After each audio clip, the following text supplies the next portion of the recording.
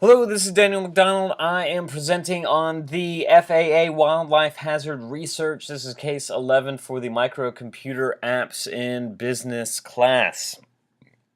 So in this case study, we are looking at Federal Aviation Administration data about collisions involving airplanes and wildlife. We're looking for patterns and insights to try to make these happen less often.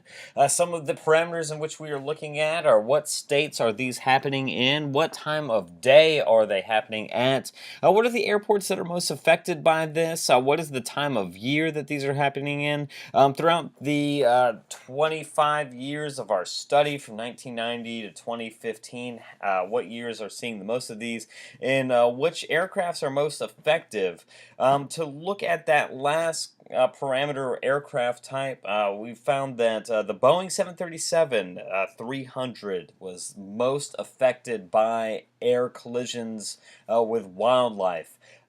Actually, all of the different iterations of the Boeing 737 were leaders in that, and I believe that probably has to do with the number of these that are in the sky, the number of these that are used by our large air carriers, probably having an effect on how often those kinds of incidents are reported.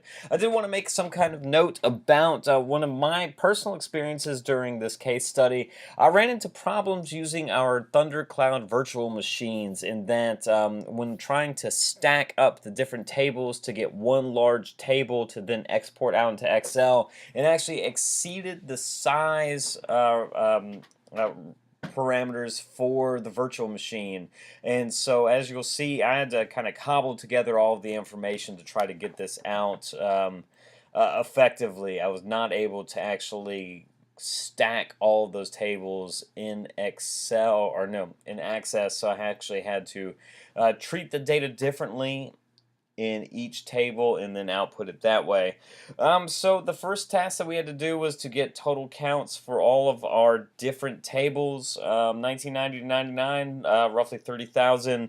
2000 to 2009, almost 70,000. As you look, as this was 2010 to 2015, 175,000 records for that period. That's a large increase in the number of records that are going on, and that plays out in the data. The next thing that we're looking for is the top airport year, month, and state. One other note about this: obviously there was a lot of unknowns, a lot of nulls.